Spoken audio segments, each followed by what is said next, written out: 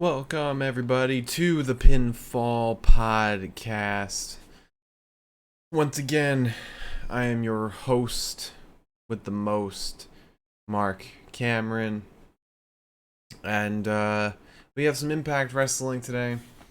Once again, it is just me here by my lonesome. Liz is out of town on a trip, so she will be away for until Monday.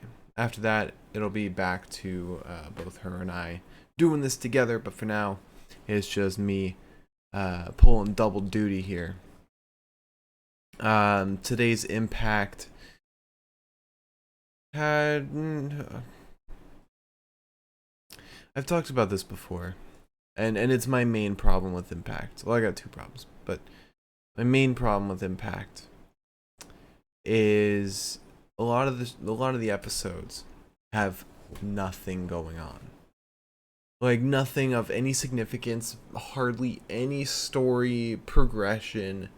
What we had, the biggest thing in this episode was the very first match. Mia Yim and Jordan Grace versus Vexed, Knockouts tag title match, which leads to eventually, which might be Deanna versus Jordan Grace for the title at Bound for Glory.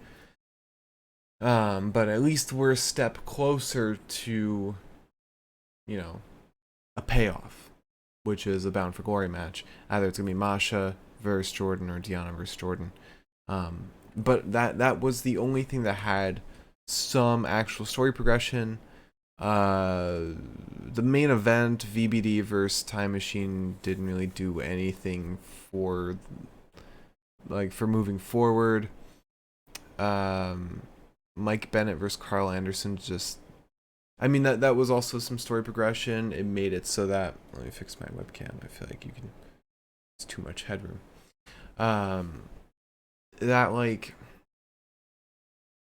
ensures Maria Kanellis is banned during their tag title match, but yeah, nothing massive. Jason Hotch versus Boopinder. That was a jobber match. It led to Boopinder stealing Brian Myers' title, but I don't think anyone cares about the Digital Media Championship. We had Vincent versus Josh Alexander, which was another match under 5 minutes. Nothing really special. Had a decent promo from Eddie, but at the end, nothing really happens. He just lectures at Josh. Keith attacks him, and that's that. We had the debut of Jessica, her in-ring debut, quote unquote, which was short. Didn't really lead to anything, but maybe that partnership between her and Rosemary will kind of ease out, so that Rosemary will start liking Jessica again, or this new version of Jessica.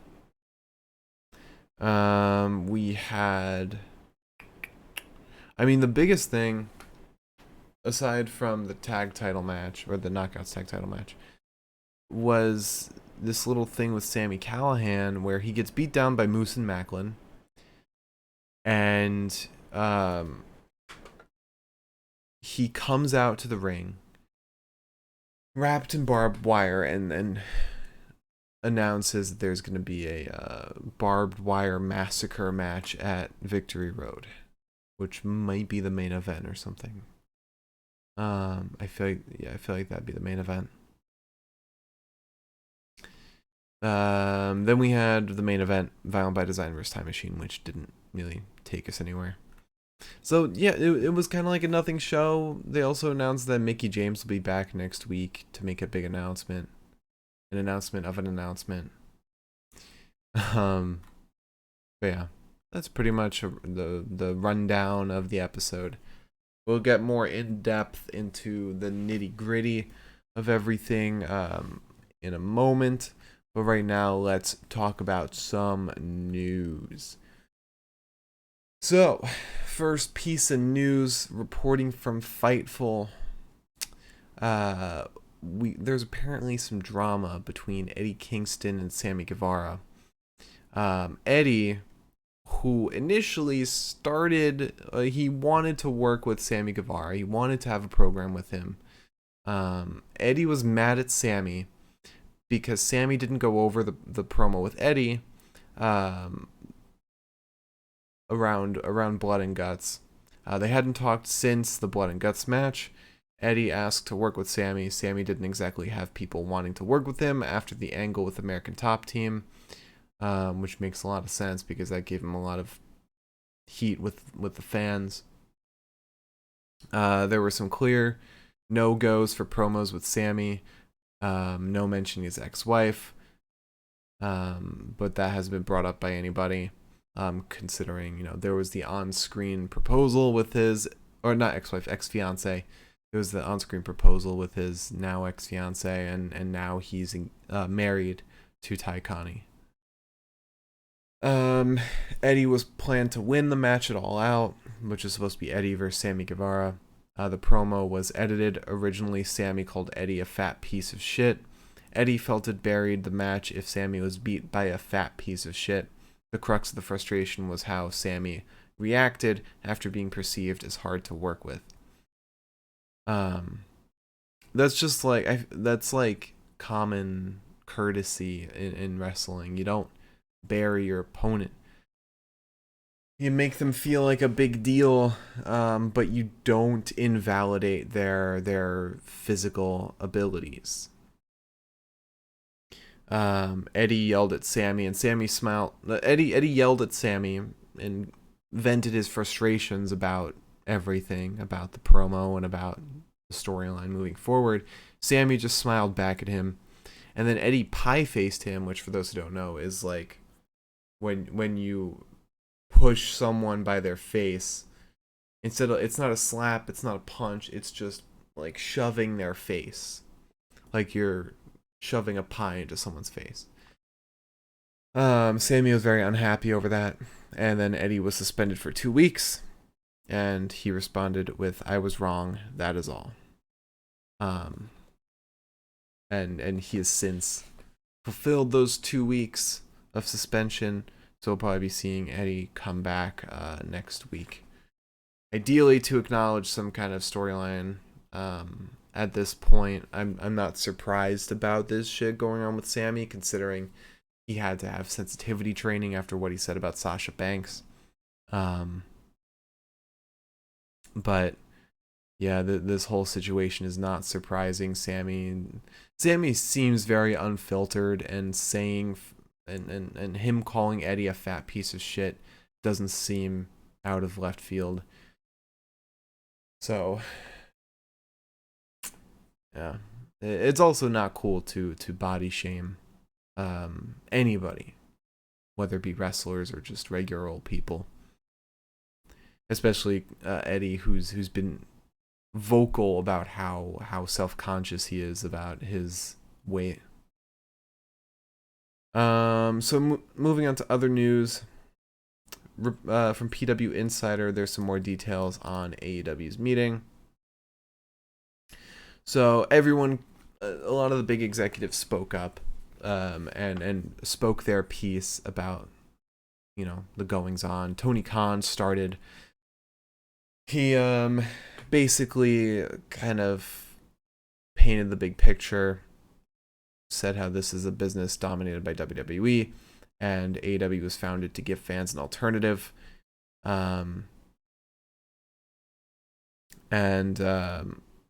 He told the crew that Mega Parrick, which I spoke about yesterday, emailed WWE's co-presidents Nick Khan and Stephanie McMahon to warn them to not tamper with talents.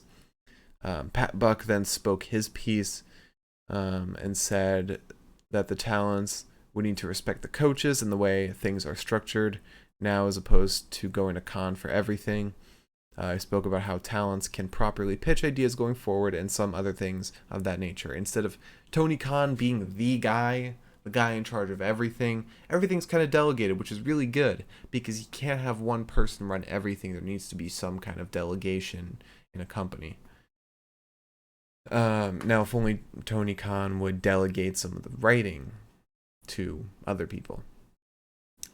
Chris Jericho, oh no, before we get there, Tony Schiavone talked about his past with WCW and why he's in the position that he's in, and essentially he came across as, quote, the uncle who wanted all the kids in his family to succeed, and was seemed extremely well liked. My mistake. I misread that. Extremely well liked and, quote, uncle who wanted all the kids in his family to succeed. Chris Jericho then spoke up, didn't say much, but rallied the troops and gave his thoughts on how AEW got this far. The Young Bucks then spoke their piece, mainly Matt Jackson, and just said how they're available to everyone. And then Kenny Omega spoke up, and this is the interesting bit. He was apparently the harshest towards the locker room, and some said it came off as tough love, and others said it was heavy-handed.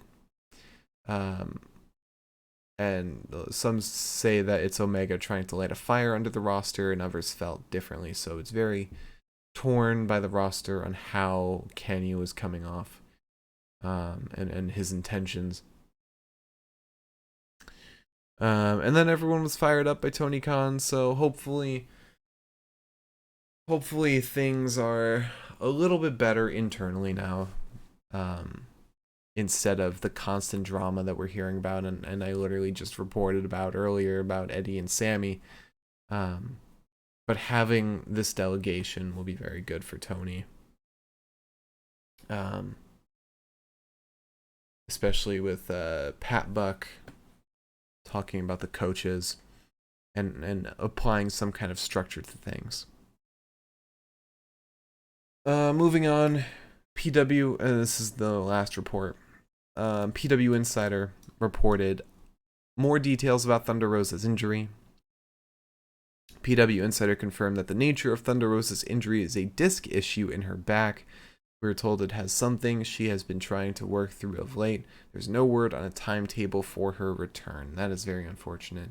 I'm not sure the exact timeline of a disc issue. The fact that it's just referred to as a disc issue and not anything specific means that this could be a while to, at the very least, find out what it is. But continuing off of that, Fightful reported saying that Thunder Rosa apparently has heat with people competing at All Out, which that's a fatal four-way. You got Toni Storm, Hikaru Shida, Britt Baker, and Jamie Hayter. The latter two are the ones that Rosa apparently has heat with. So apparently Britt and Thunder Rosa can't stand each other. It's been going on for over a year, but they've been trying to remain professional and continue to be open to working with each other. Jamie Hayter has had heat with Thunder Rosa since Rosa broke her nose, saying that Thunder Rosa works stiff. And then talent said that Thunder Rosa has worked to get young women on the show, while others are saying she's hard to work with and has been developing an ego. Some say she's been a positive locker room leader. So again, it's another situation where getting mixed reports, mixed feelings from everyone in the roster, and really not everyone's on the same page. Some people are coming off differently to others, which is going to happen. But there's a common theme of people being hard to work with or hard to approach. CM Punk, the most recent example of that, aside from Thunder Rosa. It's very weird and strange, and hopefully all this gets resolved. But yeah, that's the extent of that. No more news on Thunder Rosa. Hopefully we get a better timeline of Thunder Rosa's rehabilitation and recovery. And hopefully this heat dies down. Because backstage heat's never good. Never good. Alright, let's talk about today's Impact. shall we? So, we started off Mia Yim and Jordan Grace versus Vexed for the Knockouts tag titles. Jordan starts against Chelsea. She overpowers Chelsea to begin. And then Deanna's in. Jordan gives a big slap to her. Mia comes in for the hot tag. Chelsea gets the stomp on Mia for the near fall. Vexed start dominating Mia Yim, but Jordan gets the hot tag. Mia Yim eventually gets back in, and Chelsea can't get the unprettier before Mia gets in. Oh no. She tries to get the unprettier on Jordan, but then Mia gets in and gives a German suplex for a near fall. Everyone delivers some top rope maneuver onto one another until I think it was Chelsea who's the last, but Jordan gives a gut wrench powerbomb to Chelsea. And they both, Jordan and Mia, try to give a tope onto Mia and Jordan at ringside, but Mia doesn't make it through. I think, like, from the angle we saw it, it seemed like she just didn't make it and got stuck in the ropes, but I think commentary was selling it like Chelsea punched her midair. I'm hoping it's the latter and Mia didn't botch. But it with how the finish went, it makes sense. Chelsea and Deanna get what they call the dew collector onto Jordan for the win. And it's kind of like some pendulum type move. So then after that we go to Violent by Design. They're giving a promo. Eric Young says, "The sickness showed us something, that it's powerful, that we are not in control, but we came back together. VBD reunited and pushed back. At emergence, we tasted sweet victory. But sugar is not medicine. Is the sickness in remission, or is it gathering strength? You call yourselves Time Machine. Time is important to you. We transcend time. We will be there. We are everyone, and we are everywhere. Tonight, your time is up." We then get a promo from Josh Alexander and Vincent. Vincent says, "Typical Impact. We need to start making friends around here, and it's like them to put us against each other. I really sympathize with you." Josh says, "I know what you guys are trying to do. The only one that's getting sympathy is you when I drop you on your head tonight." And then, so their match will be happening later. But now we have Mike Bennett versus Carl Anderson. And I don't know what it was about this match. I don't know what it was. This match was not good. And I'm getting work email notifications right now. That should not be happening. That should not be happening. Let me mute that. Yeah, like, it was very slow. It was very slow to start off. Nothing really happened for like the first 5 minutes. So Carl Anderson starts out dominating. It's pretty slow by that point. Bennett back in the ring. He runs the ropes a lot. Like, he runs back and forth a bunch just to poke a thumb to the eye of Carl Anderson. Carl gives a rocket kick to Bennett. Bennett returns with a forearm and a super kick to Carl. Carl gives his classic spine buster to Bennett for a near fall. Maria Kanellis then distracts the ref. Taven attacks Carl while the ref's distracted, but Gallows comes out and lays out Taven.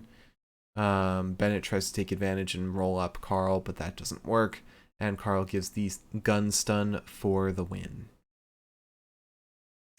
So Maria Kanellis will be banned from ringside at next week, I think, because their title match is next week. Alright, so next we have Carl Anderson and Doc Gallows with Scott D'Amore backstage. Scott says, "Another big win, and Doc, you look healthy. It's time for you to do what you do best, defend these titles. So Honor No More have been running their mouths, and I think they've earned it." Carl says, "Looking at the Good Brothers, we will gladly defend our titles." Gallows says, "Honor No More targeted the wrong one. It's Magic Killer, a 1, 2, 3, and it's just Too sweet. Scott looks at them and says, "Shut their mouths, please." I've had enough of their shit. Oh, Scott. I don't know who goes through more or who's went through more, Scott D'Amore on Impact or William Regal when he was running NXT.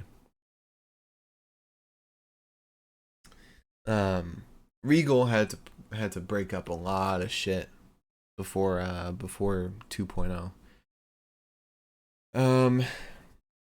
He had to hire Samoa Joe as his fucking security. Alright, so then we get Tasha Steelz and Savannah Evans with the doctor looking over Savannah. Doctor says, "I think she might have some internal damage. We'll have to do some tests." Tasha says, "You better take care of my girl." She walks away and runs into Gia. She says, "Savannah's not doing too well if she's not standing next to me. But if Killer Kelly wants my attention, then she got my attention." Killer Kelly actually sneaks up behind Tasha that whole time and chokes her out. She says, "Don't you worry, sweetie. When I finish you, I won't come from behind. I'll want you to see it." It's very funny that she's trying to be some like scary, menacing person, but she's wearing Converse. Converse with pink socks. It's like it's like you almost got it. You almost got the scary thing going. I love Killer Kelly, but it's just funny that she's fucking wearing Converse and pink socks while trying to be terrifying. So then we go back to the ring. We get Brian Myers on commentary for this next match. And it's Jason Hotch who won I think it was an Impact Invitational and won a contract to be with Impact. And this is his debut match against Bhupinder Gujjar. So Bhupinder gives a leg sweep to Hotch to start off, but Hotch rakes Bhupinder's face. He starts mounting a comeback a bit, but Bhupinder fights back, and he gets the Gargoyle Spear to win. Very quick match. Myers then gets in the ring and he says, "You're a hell of an athlete, and I know you want another shot at my title. I don't know when I'd be able to. Maybe right now." And he attacks Gujjar, pins him for 3, but the ref doesn't count. The crowd does, though. Gujjar then fights back, gets the Gargoyle Spear, and pins Myers for 3. This time the ref does count. Gujjar takes the belt, even though he didn't win it. He's taking note from what Matt Cardona did. So then we get Vexed meeting up with Gail Kim. Chelsea's like, "Gail, did you see us? That we're unstoppable. First chance he gave us, we won the Knockouts tag titles. Now we just defended against Mia and Jordan." Deanna says, "Stop playing favorites and make me #1 contender." Gail says, "Deanna, you completely deserve a shot, but since your debut, since her debut, Masha Slamovich has been on quite a roll. So next week, you and Masha, you versus Masha, and the winner will face Jordan at Bound for Glory." That'll definitely be a really interesting match. I feel like Masha's not gonna eat a loss there. They've been building her up for a reason, and it's not it's not to play jobber for Deanna. So, continuing backstage, Gujjar is approached by the ref that was out for his match. The ref says, "Good job, good stuff out there. Myers has become a real jerk, but that wasn't a legit win for the title." Gujjar says, "I know, but if he wants his title back, he can come get it from me." And then we get Vincent versus Josh Alexander. This was pretty short. I think this was like 4 minutes. So Vincent tries talking to Josh and convincing him to join Honor No More. Josh doesn't listen and they get into a lockup. He gives a belly-to-belly suplex to Vincent. And then, Vincent then gets a side Russian leg sweep before going for a red rum to Josh. And not Hook's red rum. This is a red rum that's just a splash from the top rope.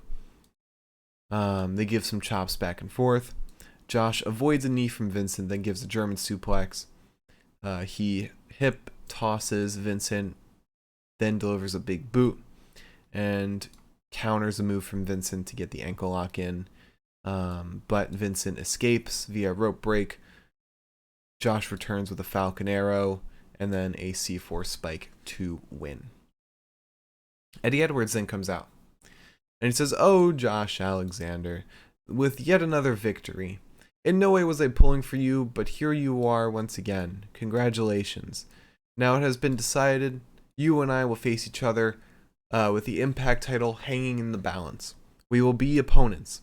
Just because we're opponents doesn't mean we have to be enemies. There is a much bigger war than what you see in the ring. The never-ending war with wrestling trying to break us down into mindless grunts without ever standing up for ourselves. I have chosen my side. Myself and Honor No More, we have stood up to this industry and to Impact." I don't know how they stood up to Impact. They showed up, lost a bunch, basically became employees, and have been foiled by Scott D'Amore at every turn. These fans, these ignorant animals, they have clearly chosen their side. They support the machine 100% because they love to watch great men and women be reduced to their own pitiful level. So Josh, the last question is, which side will you be on? Which side will you choose? There is no reason that you and I, we can go to battle at Bound for Glory, but we can stand together in this war. No matter who walks out with the title, we will still win. But Josh, think about it, because if you don't do this, and he's cut off by Heath attacking him. Heath, somehow the worst but best faction hunter ever. He's successfully attacking everyone from Honor No More except during that match at Emergence. But it's Heath. It's fucking Heath. Heath Slater.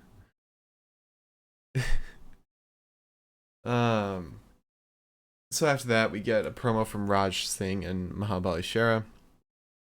Raj says, "We are training with bad intentions. Once Shera is rehabilitated, we'll prove your luck is about to run out, Josh." But then in the background, Moose is heard yelling. And he's yelling at Macklin. But Sammy comes out of nowhere, attacks them both, and throws a bunch of stuff at them. They start brawling outside. Macklin somehow gets busted open. Macklin and Moose grabbed some barbed wire hanging on a fence that was clearly put there by production because it was just in one little section of the fence and didn't run all the way down, and it was like very clean, pristine barbed wire, whereas the real barbed wire on the fence was still there. It looked rusty, it looked real, and they didn't pull that off. So they wrap the barbed wire around Sammy and just leave him there. So then we get Alicia versus Jessica. Jessica and Alicia kind of dance at the beginning. Rosemary gives Jessica some eye black, give her some more paint. Jessica powers up with each of Alicia's strikes, kind of no-selling them. She gives a body slam to Alicia and then into a sliding lariat. Jessica catches Alicia and gives her a pile driver to win. That was a clean pile driver. That was sick. Then we get a video package for Mickie James, and it was announced that she'll be returning to Impact next week with a big announcement. And some other stuff that's happening next week. Good Brothers versus Honor No More for the tag titles, and with Maria Band from ringside, and Deonna Purrazzo versus Masha Slamovich for #1 contendership. But suddenly, right after that, Sami Callihan comes out to the ring covered in barbed wire, blood all over his face. He says, Moose, Macklin, you stupid sons of bitches. You think this will keep the death machine down? I call that just a normal Friday. I call that a party. You guys like to party, so here's your invitation. September 23rd, Victory Road, Macklin, Moose, Callihan, Barbed Wire Massacre. Thumbs up, thumbs down. Alright, I just killed my throat for a second. Hold on. Oh god. That was actually very painful. That impression won't be coming very often. So then we get Violent by Design versus Time Machine, the main event. So we start off with Kushida versus Doring. Huge size difference. Kushida, no matter what he does, can't topple Doring. But Time Machine gets a tag team maneuver to Diener. Get drop kicks while Shelley holds Diener down. Shelley and Kushida hold Eric Young against the corner post while Sabin delivers a high drop kick. Like he leapt high in the air, even though Eric Young was laying on the canvas. We then get a double barrel thunder from Doring to Sabin, which was his bouncing off the ropes into an elbow drop, I think, or a lariat, something like that. That's what commentary called it. Double barrel thunder. He then gives an elbow drop to Sabin for a near fall. Eric Young gives Chris Sabin a belly to back suplex for a near fall. Kushida then gets the hot tag and lays out Diener, then gives a back elbow to Young. He lays out Doring too. Sabin tries the cradle shock on Diener, but Eric Young stops it and lays out all of Time Machine. We then get a crossbody to Diener. Diener tries to get the sneaky pin for the near fall. Sabin gets the cutter with some assist from Alex Shelley. Yet again, Sabin cannot get the cradle shock off. Eric Young gets a DVD brainbuster to Sabin, which looked fucking sick. They just called it a driver. From what it looked like, I'm calling it a DVD brainbuster. Doring then crossbodies both Shelley and Kushida at the same time.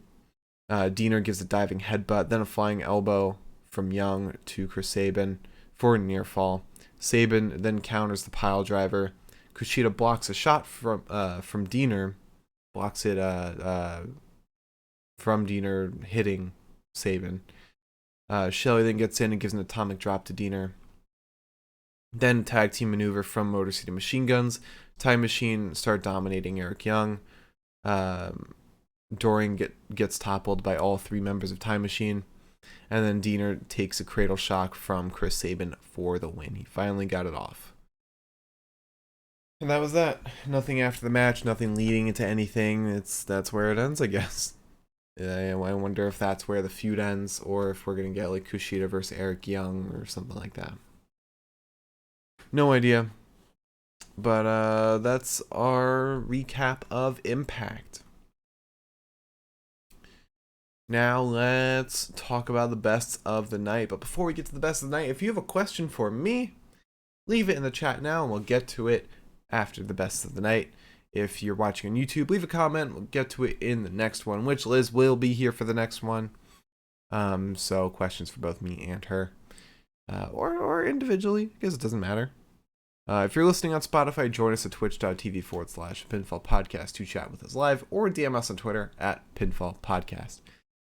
Once again, before we get to the best of the night, let's give a quick top 10 wrestlers, top 10 pro wrestlers update. So, this is in kayfabe, top 10, wins, losses, all that shit, point values, the best of the best, around 3,000 to 4,000 wrestlers. So, number 10, the current Super Asia champion of Gato Move, Balian Aki. Number 9, the undisputed WWE Universal Champion, Roman Reigns. Number 8, the IWGP United States Champion, Will Ospreay. Number 7, from BJW, Daisuke Sekimoto. Number 6, formerly the IWGP Tag Team Champion, half of the Tag Team Champion, Great Okan. Number 5, from Dragon Gate, Yuki Yoshioka.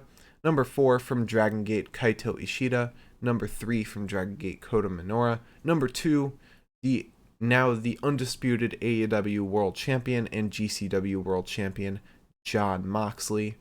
And number 1, the King of Pro Wrestling Champion of New Japan Pro Wrestling, Shingo Takagi. Alright. So, let's talk about promo of the night. God, I did not like, or none of these promos really stood out. It's not that I didn't like any of them. None of them just None of them were anything special. Violent by Design's promo was fine. Wasn't really anything. Josh and Vincent was really nothing. Good Brothers with Scott was all right. Tasha Steeles and Savannah Evans was whatever.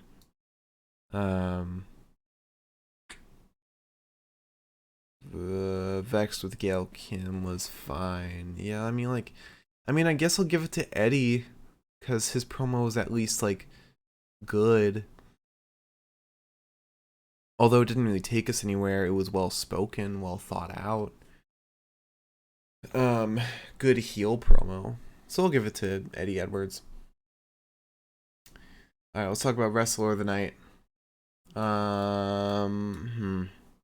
That last match really showed who's the best of the night. It's either Eric Young, Alex Shelley, or Kushida. I'm gonna go with Kushida. I think Kushida was the best that tonight had to offer.